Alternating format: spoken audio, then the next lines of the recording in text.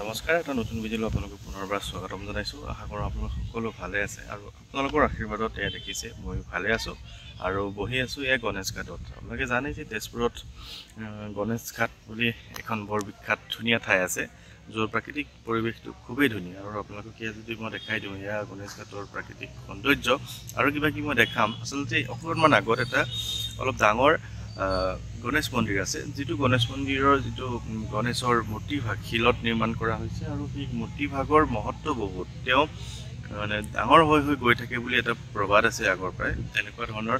আৰু তাত সোমাই বহুত ভাল লাগে। ময়ো কেতিয়াবা আহোঁ, প্ৰায়ে আহোঁ মানে গণেশ মন্দিৰত সেৱা কৰোঁ, যিহেতু ব্যৱসায়ী মানুহ গণেশ মন্দিৰতো প্ৰাৰ্থনা সেৱা কৰিবই লাগিব। এতিয়া কথা হ'ল কি, কেইটামান কথা কওঁ। আপোনালোকে মোৰ পিছফালে ইয়াত দেখিছেনে, এয়া গণেশৰে মূৰ্তি আছে আৰু লক্ষীৰ মূৰ্তি আছে, অন্যান্য বহুত মূৰ্তি আছে। আৰু ইয়াতে চাব পাৰে মূৰ্তিবিলাক কেনেকৈ থৈ দিছে, কিন্তু তাৰ তলতে ডাষ্টবিনো আছে, দেখিছেনে? লেতেৰাবিলাকো তেনেকেই পেলায়। কিন্তু এই যে আমাৰ মূৰ্তি পূজা কৰাৰ পিছত ইমান আমাৰ ধুনীয়া ধুনীয়া মূৰ্তিসমূহ, যাক আমি পূজা কৰোঁ, এদিন আগত পূজা কৰি পিছৰ দিনা যে আমি পেলাই দিওঁ এনেকৈ গছৰ তলত, তাৰপিছত কোনোবাই থৈ পেলাব, কোনোবাই ফিকাৰ পেলাব, এনেকুৱা ধৰণৰ ডাষ্টবিনত লেতেৰা বস্তু, খোৱা বস্তু পেলাব। সেই পৰিৱেশটো আচলতে মই ইমান ভাল নাপাওঁ, কিবা এটা বেয়াও লাগে। কিন্তু উপায় নাই, সেইটো আমাৰ আগৰ পৰা চলি অহা যেতিয়া পৰম্পৰা তেনেকেই কৰিছে। কিন্তু আমি নিজে সজাগ হ'ব লাগে এনেকুৱা কথাবিলাকত। মনটো কেতিয়াবা দুখ লাগে। আৰু এনেকুৱা এতিয়া মই এটা ধৰি লওক, এয়া আপুনি চাব পাৰে, এটা বস্তাত বহি আছোঁ গণেশ ঘাটত। বস্তাটোত বহি আছোঁ কাৰণ কি, যে মোৰ ল'ৰাৰ পৰীক্ষা আপোনালোকক জনাইছিলেই। ল'ৰাৰ পৰীক্ষাৰ কাৰণে মই প্ৰায়খিনি সময় মানে এই গণেশ ঘাটত 1-1.5 ঘণ্টা সময় কটাই দিওঁ। এনেই যেতিয়া মই ল'ৰাক স্কুললৈ আনো ৰাতিপুৱা 8:30 বজাত, তেতিয়াৰ পৰা 1:30 বজালৈকে দেৰি হৈ যায়, মই ঘৰলৈ গুচি যাওঁ। কিন্তু এতিয়া 1 ঘণ্টা পৰীক্ষা আকৌ বা 1.5 ঘণ্টা পৰীক্ষা ঘৰলৈ গৈ অহালৈ 8 কিলোমিটাৰ 10 কিলোমিটাৰ মই আৰু ঘৰলৈ নাযাওঁ, ইয়াতে বহি থাকোঁ। খুব পৰিৱেশটো ধুনীয়া, মনটোও ভাল লাগে আচলতে। এতিয়া মই আছোঁ গণেশ ঘাটৰ একেবাৰে নদীৰ পাৰত। আৰু নদীখন আপোনালোকে দেখিছেনে, এইখন হৈছে নদীখন, এইখন হৈছে ব্ৰহ্মপুত্ৰ। আৰু মই আচলতে ফ্ৰণ্ট কেমেৰাৰে ভিডিঅ'টো বনাই আছোঁ। মই বেক কৰি ধুনীয়াকৈ কথাখিনি বুজাই দিম আপোনালোকক, কোনখিনিতে বহি আছোঁ। আৰু এয়াই হৈছে গণেশ ঘাটৰ পৰিৱেশ। আপোনালোকক ইয়াত দেখাইছোঁ, এইখন খুব ধুনীয়া এখন নাও তেওঁলোকে নতুনকৈ আনিছে ইয়াতে। ইয়াৰ পৰা কাজিৰঙালৈকে যাব পাৰি বুলি কোৱা হয়, কিন্তু যাত্ৰী ইমান নাথাকে কাৰণে আজিকালি নাওখন এনেকৈ থাকে। খুব ধুনীয়া লাগে। আৰু কথাটো কি জানেনে, আমাৰ এইটো ফাল হৈছে শোণিতপুৰ, মানে আমি তেজপুৰত আছোঁ। আৰু নদীখনৰ সিপাৰে সেয়া হৈছে নগাঁও, আৰু এইখন হৈছে ব্ৰহ্মপুত্ৰ। খুব ধুনীয়া লাগে, দেখিছেনে কিমান ধুনীয়া লাগিছে। ৰ'দৰ যিটো আপোনাৰ ৰেঙনি আহি আছে, চকুত পৰিছে, খুব ভাল লাগে। আৰু এয়াই আমাৰ গণেশ ঘাটৰ পৰিৱেশ। আৰু কথা হ'ল কি, আপোনালোকক যদি মই দেখাই দিওঁ, কলীয়াভোমোৰা দলংখন দেখিব পাব। ইয়াৰ পৰা বহুত দূৰত আছে যদিও কলীয়াভোমোৰা দলংখন আমি খুব ধুনীয়াকৈ আমি উপভোগ কৰিব পাৰোঁ, ইয়াৰ পৰা দেখিব পাৰোঁ। ইয়াতে কলীয়াভোমোৰা দলং দুখন আছে, এখন নতুন দলং, এখন পুৰণা দলং। কেতিয়াবা সিফালে গ'লে মই ভিডিঅ' কৰি আপোনালোকক দেখাওঁৱেই। আৰু ইয়াৰ পৰা ধুনীয়াকৈ দেখা পায়, মুকলি ধুনীয়াকৈ যিহেতু ঠাইখন। আৰু দলংখন, নদীখন এইফালে গৈ আকৌ সেইখিনিতে এখন জাহাজ ঘাট বুলি কোৱা হয়। আগতে যেতিয়া ব্ৰিটিছৰ শাসন সময়ত আমাৰ ইয়াতে জাহাজ আহিছিলে, তেজপুৰৰ এইখিনি ঠাইত অলপমান আগলৈ গৈ জাহাজ ঘাট পোৱা যায়। আৰু তেনেকৈ আৰু আমাৰ পৰিৱেশটো খুবেই ধুনীয়া তেজপুৰ। আপোনালোকে জানেই তেজপুৰ সাংস্কৃতিক নগৰী। আৰু কথা হ'ল, ইয়াতে গণেশ মন্দিৰ এটা আছে, আৰু এয়া হৈছে এটা শিৱ মন্দিৰ। আৰু এই যে জংঘলখিনি দেখিছে, জংঘলখিনি সিপাৰে হৈছে অগ্নিগড়। আৰু অগ্নিগড় পাহাৰত তেনেকৈ উঠিব পাৰি আজিকালি, বা আগৰ পৰাই অগ্নিগড় চাব পাৰি। তাতে ধুনীয়াকৈ উষা অনিৰুদ্ধৰ যিবিলাক আমাৰ তেওঁলোকৰ কীৰ্তিচিহ্নবিলাক তেনেকৈ সজাই থোৱা হৈছে, ধুনীয়াকৈ মূৰ্তি আকাৰে বনাই থোৱা হৈছে। কেনেকৈ চিত্ৰলেখাই অনিৰুদ্ধক পলুৱাই আনিছিলে, গোটেই কথাখিনি তাত আছে। কেতিয়াবা আপোনালোকে যদি তেজপুৰ আহে অগ্নিগড় চাব পাৰিব। কিন্তু পৰিৱেশটো আজিকালি ইমান এটা ভাল নহয় বুলি মই তেজপুৰৰ মানুহ হিচাপেই কৈছোঁ। আপোনালোকে নিজে যেতিয়া আহিব, তেতিয়া গোটেই কথাখিনি অনুভৱ কৰিব পাৰিব।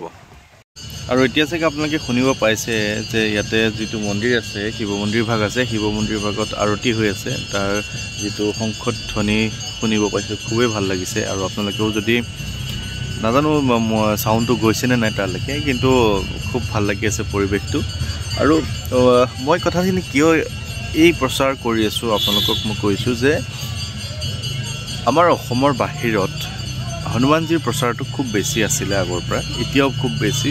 যিখিনি কথা আমি ইমান মানে চাওক, এতিয়া হনুমান চালিচাখন আমাৰ অসমত 20 বছৰ 25 বছৰৰ পৰা আগৰ পৰা পঢ়ি থকা মানুহ বা বহুত মানুহে মোক ফোন কৰি কয় যে মই এবছৰ আগৰ পৰা 2 বছৰ আগৰ পৰা পঢ়ি আছোঁ মইতো কেৱল নতুনকৈ পঢ়িব আৰম্ভ কৰিছোঁহে কিন্তু মই এটা মাধ্যম সৃষ্টি কৰিছোঁ যে যাৰ দ্বাৰা আপোনালোকে নিজৰ সমস্যাখিনি সমাধান কৰাৰ এটা সুবিধা পায় কাৰণ আমি অযথা বহুত বেছি কিছুমান মানে সঁচা কথা ক'বলৈ গ'লে ভগৱানৰ নামতে আমি বহুত বেছি খৰচ কৰোঁ আমি কেতিয়াবা ধৰি লওক তাবিজ বা তন্ত্ৰ মন্ত্ৰ হওক বা যিখিনি আমাৰ কেতিয়াবা নকৰিলেও হৈ যায় সৰু সৰু কথাতে আমি ডাঙৰ ডাঙৰ কাম সিদ্ধান্ত কিছুমান লওঁ তো তেনেকুৱা কথা কিছুমানৰ পৰা যাতে আমি বিৰত থাকি সাধাৰণ কিছুমান আমাৰ জীৱনৰ সমস্যাৰ কাৰণে আমি যদি নিজেই কৰিব পাৰোঁ সেই কথাখিনি মই আপোনালোকক বুজাবলৈ চেষ্টা কৰি আছোঁ সদায় আৰু ঠিক তেনেকৈ বহুতেই সুফল পাইছে কালি যেতিয়া মই এটা ভিডিঅ'ত আপোনালোকক কৈছিলোঁ যে এগৰাকী মানুহে কেৱল মোক মেছেজটো দিবৰ কাৰণে মানে তেওঁ হোৱাটছআপত মেছেজ কৰিব শিকিছিলে তেখেতৰ স্বামীয়ে মানে কিবা অলপ নিচাযুক্ত বস্তু খাইছিলে মোৰ কথাখিনি শুনি তেওঁ ঘৰখনত শান্তি আহিল তেওঁ সেইবিলাক এৰি দিলে তেওঁ কিন্তু মোক ফোন কৰা নাছিলে কেৱল মেছেজ কৰিয়ে জনাইছিলে কথাটো কালি মই যেতিয়া নগাঁও গৈ আছিলোঁ তেতিয়া মোক তেওঁ খুব ফূৰ্তি কৰি মোক কথাটো জনাইছে দাদা আপুনি ডিব্ৰুগড় আহিলে মই আপোনাক লগ কৰিম মই কিছু মই যাম হয়তো অহা সপ্তাহ মানেই হয়তো ডিব্ৰুগড় যোৱাৰ এটা পৰিকল্পনা মই কৰি আছোঁ যেতিয়া যাম মই আপোনাক লগ পাম খুব ভালদৰে মই কথাখিনি কৈছোঁ বতাহ মাৰি আছে চাউণ্ডটো অলপ মাজে মাজে কাটি যাব পাৰে তো তেনেকুৱা ধৰণৰ কথাখিনি যে মই নিজেই আপোনালোকৰ মাজত এই এটা ধুনীয়া সজাগতাৰ এটা সৃষ্টি কৰি আপোনালোকৰ সমস্যাখিনি সমাধানৰ কাৰণে যিটো মই উপায় আপোনালোকক উলিয়াই দিছোঁ সঁচাকৈ মই খুব মানে সুখী বুলিয়ে ক'ব লাগিব আৰু কথা হ'ল কি বজৰং বানখনৰ কথাটো কি চাওক এতিয়া মই কিছুমান কথা বহুতে ক'ব নিবিচাৰে আৰু প্ৰত্যেকটো কথা মই খোলাকৈ কৈ দিওঁ যাতে আপোনালোকৰ মাজত কোনো ধৰণৰ লোক নাথাকে মই কোনো ধৰণৰ বেলেগ কিছুমান কথাবিলাক লৈ যাবলৈ নিবিচাৰোঁ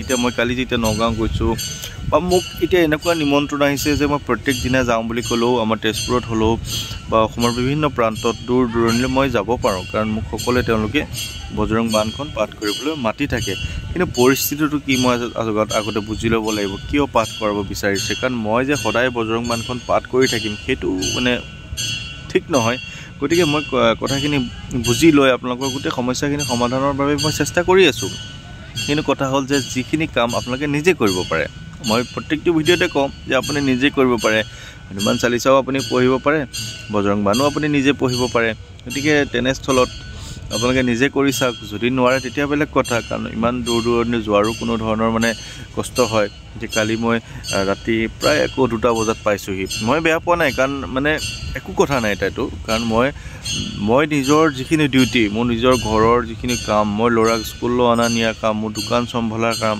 ঘৰৰ যিখিনি কাম বজাৰ সমাৰ চব কাম কৰি মই কালি 7টা বজাত ৰাতি ওলাই গৈছোঁ আৰু ৰাতি দেৰিকৈ পাইছোঁহি কোনো কথা নাই কাৰণ মই মোৰ নিজৰ কামখিনি কৰি আছোঁ আৰু কৰ্মই ধৰ্ম মই কৰ্ম কৰিলেহে মই খাবলৈ পাম কৰ্ম নকৰিলে মইতো চলিব নোৱাৰিম গতিকে মোৰ নিজৰ যিখিনি ব্যৱসায় মোৰ ঘৰখনৰ প্ৰতি থকা দায়িত্ব মোৰ মা দেউতাৰ প্ৰতি থকা দায়িত্ব পত্নীৰ প্ৰতি থকা দায়িত্ব সকলোখিনি মই কৰিব লাগিব তাৰপিছতে মই এনেকুৱা ধৰণৰ কামত আপোনালোকক এটা সজাগতা সৃষ্টি কৰি আপোনালোকৰ কাৰণে কিবা এটা কৰি দিছোঁ কালি এখন ঘৰত গৈ আৰু ভাল লাগিল তেওঁ কৈছে যে বিশেষ একো সমস্যা নাই কিন্তু এই যে হনুমান চালিচা হওক বজৰং বানখন পাঠ কৰি দিলে আমাৰ মনটো ভাল লাগিব সেইকাৰণে আমি পাঠ কৰাব বিচাৰিছোঁ বা পঢ়িব বিচাৰিছোঁ তেওঁলোকক মোক সঁচাকৈ ধন্যবাদ দিছোঁ তেওঁলোকে এই কথাটোৰ প্ৰতি তেওঁলোকৰ হনুমানজীৰ কথাখিনিৰ প্ৰতি তেওঁলোকে আকৃষ্ট হৈছে তেওঁলোকে ভাবিছে তেওঁলোকে প্ৰমাণো পাইছে যে তেওঁক স্মৰণ কৰিলে আমি সুফল পাম ঠিক তেনেধৰণে মই আপোনালোকক কৰিবলৈ চেষ্টা কৰি আছোঁ আপোনালোকৰ সকলোৰে ভাল হোৱাটো মই বিচাৰি আছোঁ আৰু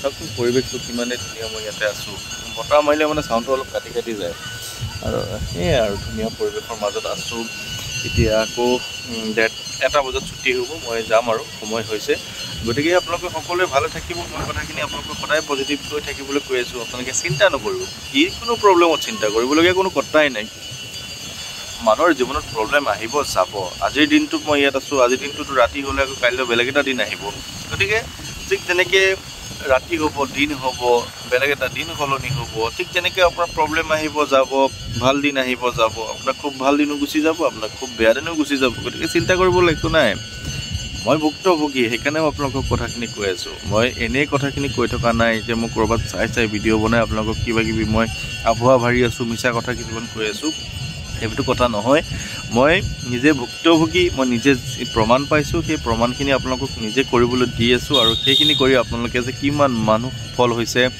কিমান মানুহৰ জীৱনত নতুন দিশ সৃষ্টি হৈছে সেইকাৰণে মই খুবেই সুখী আচলতে যে আপোনালোকে মোক বিশ্বাস কৰি এইখিনি কৰিব পাৰিলে গতিকে ভিডিঅ'টো আৰু বেছি দীঘলীয়া নকৰোঁ পৰিৱেশটো অকণমান দেখালোঁ আৰু খুবেই ভাল লাগিছে এটা চাওকচোন কিমান ধুনীয়া এয়া তাতে শংখধ্বনি বাজি আছে গণেশ ঘাটৰ সেউজীয়া পৰিৱেশ এয়া চাৰিওফালে গছ গছনি এইফালে নদী এখন জাহাজ গতিকে অকণমান পৰিৱেশটোও দেখালোঁ দুটামান কথাও পাতিলোঁ আৰু সকলোকে পুনৰবাৰ ধন্যবাদ জনাই এই ভিডিঅ'টো ইমানতে সামৰণি কৰিছোঁ সকলো ভালে থাকিব বাই বাই